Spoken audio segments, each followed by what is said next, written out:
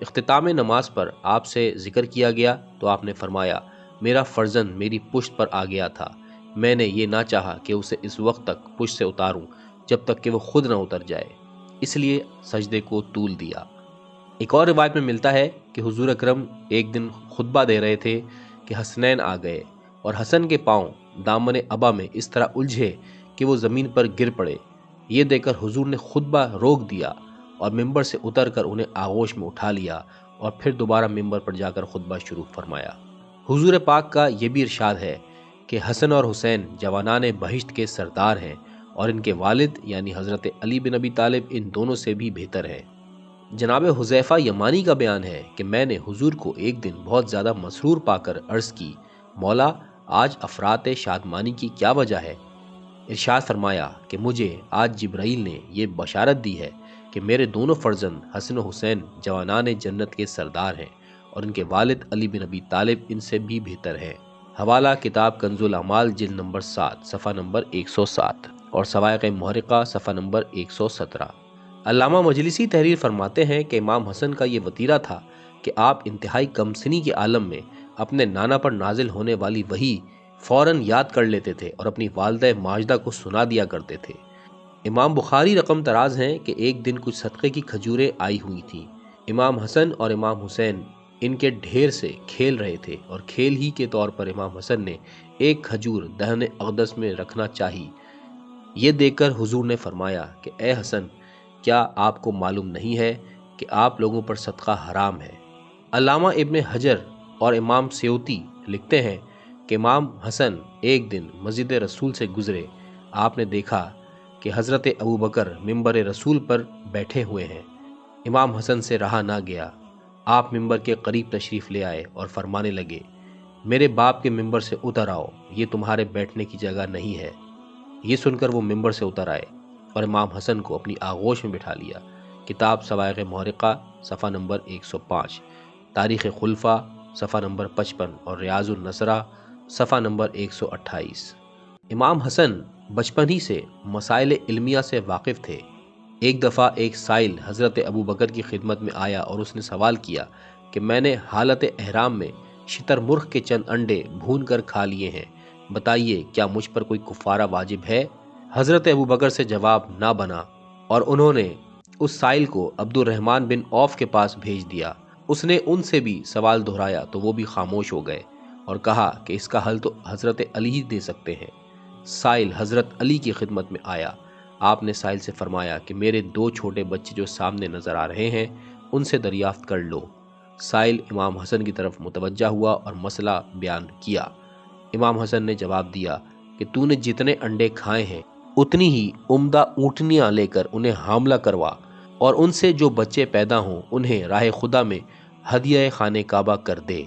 حضرت علی نے تبسم فرمایا اور کہا، جواب بالکل صحیح ہے، لیکن یہ تو بتاؤ کہ کیا ایسا نہیں ہے کہ کچھ حمل ضائع ہو جاتے ہیں اور کچھ بچے مر جاتے ہیں؟ امام حسن نے عرض کی، بابا جان بالکل درست ہے، مگر ایسا بھی تو ہوتا ہے کہ کچھ انڈے بھی خراب اور گندے نکل جاتے ہیں۔ یہ سن کر سائل پکار اٹھا کہ ایک مرتبہ اپنے عہد میں سلیمان ابن داؤد نے بھی یہی جواب دیا تھا، جیسا کہ میں نے اپنی کتابوں میں دیکھا ہے۔ ایک روز حضرت علی تشریف فرما تھے اور آپ کے ساتھ حسنین بھی موجود تھے۔ ناگاہ ایک شخص آیا اور کہنے لگا، میں آپ کی رعایا اور اہل بلد شہری ہوں۔ آپ نے فرمایا، تو جھوٹ بولتا ہے، تو نہ میری رعایا میں سے ہے اور نہ میرے شہر کا شہری ہے، بلکہ تو بادشاہ روم کا فرستادہ ہے۔ تجھے اس نے معاویہ کے پاس چند مسائل دریافت کرنے کے لیے بھیجا تھا اور اس نے میرے پاس بھیج دیا ہے۔ وہ شخص حیران ہوا اور کہنے لگا، حضرت آپ کا ارشاد بالکل بجا ہے، مجھے معاویہ نے ہی پوشیدہ طور پر آپ کے پاس بھیجا ہے اور خدا کے علاوہ یہ بات کوئی نہیں جانتا، مگر آپ نہ جانے کیسے سمجھ گئے۔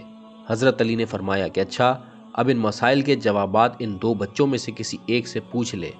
چنانچہ وہ شخص امام حسن کی طرف متوجہ ہو کر چاہتا تھا کہ سوال کرے کہ امام حسن نے فرمایا کہ اے شخص، تو یہ دریافت کرنے آیا ہے کہ حق و باطل میں کتنا فاصلہ ہے، زمین اور آسمان تک کتنی مسافت ہے، مشرق اور مغرب میں کتنی دوری ہے، قوس و قزح کیا چیز ہے، مخنث کیا ہوتا ہے، اور وہ 10 چیزیں کیا ہیں جن میں سے ہر ایک کو خداوند عالم نے دوسرے سے سخت اور فائق پیدا کیا ہے۔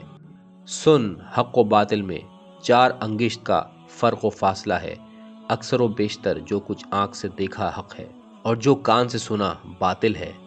آنکھ سے دیکھا ہوا یقینی، کان سے سنا ہوا محتاج تحقیق، یعنی آنکھ سے دیکھا ہوا یقینی ہوتا ہے اور کان سے سنا ہوا محتاج تحقیق ہوتا ہے۔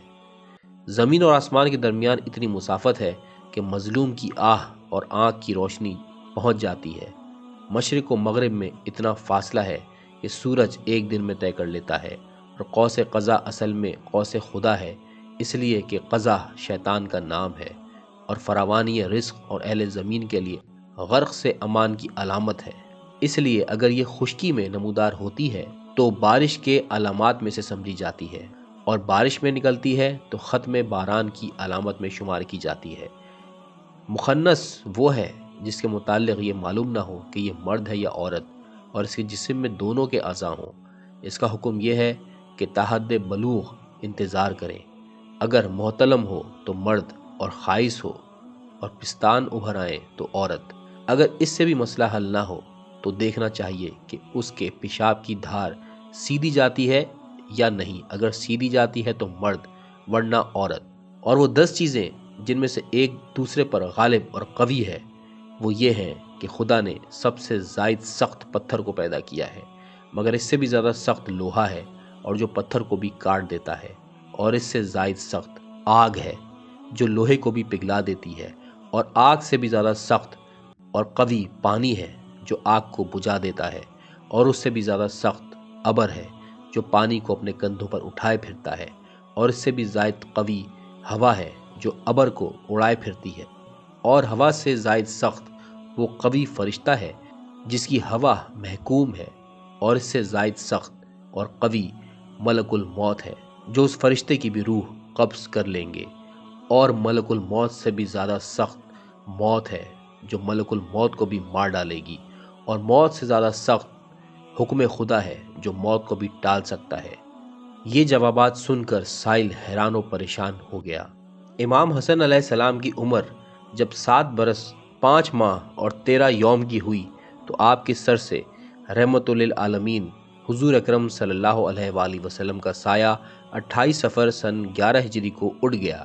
ابھی آپ نانا کے سوگ منانے سے فراغت حاصل نہ کر پائے تھے کہ 3 جمادی الثانی سن 11 ہجری کو آپ کی والدہ ماجدہ حضرت فاطمہ زہرا نے بھی انتقال فرمایا۔ اس غم بالائے غم نے امام حسن کو بے انتہا صدمہ پہنچایا۔ حضرت علی فرمایا کرتے تھے کہ حسن رسول کریم صلی اللہ علیہ وآلہ وسلم کی شکل و شباہت سے بہت زیادہ مشابہ ہیں۔ انس بن مالک کا بیان ہے کہ امام حسن کے جسم کا نصف بالائی حصہ رسول اللہ سے اور نصف حصہ زیریں امیر المومنین سے مشابہ ہے۔ اور ایک روایت میں ہے کہ آن حضرت فرماتے تھے کہ حسن میں خدا نے ہیبت اور سرداری اور حسین میں جرأت و ہمت ودیت کی ہے۔ امام زین العابدین فرماتے ہیں کہ امام حسن زبردست عابد، بے مثل زاہد، افضل ترین عالم تھے۔ آپ نے جب بھی حج فرمایا پیدل فرمایا، کبھی کبھی پا برہنہ حج کے لیے بھی جاتے تھے۔ جب آپ وضو کرتے تھے تو آپ کے چہرے کا رنگ زرد ہو جایا کرتا تھا، اور جب نماز کے لیے کھڑے ہوتے تھے تو بیت کی مثل کانپنے لگتے تھے۔ امام شافعی لکھتے ہیں کہ امام حسن علیہ السلام نے اکثر اپنا سارا مال راہ خدا میں تقسیم فرمایا، اور بعض مرتبہ نصف مال تقسیم فرمایا۔ آپ بے انتہا عظیم اور پرہیزگار تھے۔ ایک دفعہ ایک شخص نے حضرت امام حسن سے کچھ مانگا۔ آپ نے 50,000 درہم اور 500 شرفیاں اسے دے ڈالی اور فرمایا کہ مزدور لا کر اسے اٹھوا کر لے جاؤ۔ اس کے بعد آپ نے مزدور کی مزدوری میں اپنا چوغہ بخش دیا۔ ایک مرتبہ آپ نے ایک سائل کو خدا سے دعا کرتے ہوئے سنا، خدایا مجھے 10,000 درہم عطا فرما۔ آپ نے جب یہ سنا تو آپ نے گھر پہنچ کر مطلوبہ رقم اسے بھجوا دی۔ آپ سے کسی نے پوچھا کہ آپ تو فاقہ کرتے ہیں لیکن سائل کو محروم واپس نہیں فرماتے۔ آپ نے ارشاد فرمایا کہ میں خدا سے مانگنے والا ہوں، اس نے مجھے دینے کی عادت ڈال رکھی ہے اور میں نے لوگوں کو دینے کی عادت ڈالی ہے۔ میں ڈرتا ہوں کہ اگر اپنی عادت بدل دوں تو کہیں خدا بھی اپنی عادت بدل نہ دے اور مجھے بھی محروم کر دے۔ امام شافعی کا بیان ہے کہ کسی نے امام حسن سے عرض کی کہ ابو ذر غفاری فرمایا کرتے تھے کہ مجھے تونگری سے زیادہ ناداری سے اور صحت سے زیادہ بیماری پسند ہے۔ امام حسن نے فرمایا کہ خدا ابو ذر پر رحم کرے، ان کا کہنا درست ہے، لیکن میں تو یہ کہتا ہوں کہ جو شخص خدا کے قضاء و قدر پر توکل کرے وہ ہمیشہ اسی چیز کو پسند کرے گا جسے خدا اس کے لیے پسند کرے۔ ایک دفعہ کا ذکر ہے کہ حضرت امام حسن علیہ السلام گھوڑے پر سوار کہیں تشریف لیے جا رہے تھے۔ راستے میں آپ کا سامنا ایک شامی سے آن پڑا۔ اس نے آپ کو گالیاں دینی شروع کر دی۔ آپ نے اس کی تمام باتیں سنی اور مطلقاً کوئی جواب نہ دیا۔ جب وہ اپنی تمام بکواس کر چکا تو آپ اس کے قریب گئے اور اس کو سلام کر کے فرمایا کہ بھائی، شاید تو مسافر ہے، سن، اگر تجھے سواری کی ضرورت ہو تو میں تجھے سواری دے دوں، اگر تو بھوکا ہے تو کھانا کھلا دوں، اگر تجھے کپڑے درکار ہوں تو کپڑے دے دوں، اگر تجھے رہنے کی جگہ چاہیے تو مکان کا انتظام کر دوں، اگر دولت کی ضرورت ہے تو تجھے اتنا دے دوں کہ تو خوشحال ہو جائے۔ یہ سن کر شامی حیران ہو گیا اور بے انتہا شرمندہ ہوا اور کہنے لگا کہ میں گواہی دیتا ہوں کہ آپ زمین خدا پر اس کے خلیفہ ہیں۔ مولا، میں تو آپ کو اور آپ کے باپ دادا کو سخت نفرت اور حقارت کی نظر سے دیکھتا تھا، لیکن آج آپ کے اخلاق نے مجھے آپ کا گرویدہ بنا دیا۔ اب میں آپ کے قدموں سے دور نہ جاؤں گا اور تا حیات آپ کی خدمت میں رہوں گا۔ ویورز، یہاں پر آج کی ویڈیو کو روکتے ہیں۔ اس سے آگے کے حالات و واقعات اور امام حسن سے متعلق دیگر اہم معلومات آپ سے اگلی ویڈیو میں عرض کریں گے۔ اپنا بہت خیال رکھیے گا۔ ویڈیو دیکھنے کا شکریہ۔ اللہ حافظ۔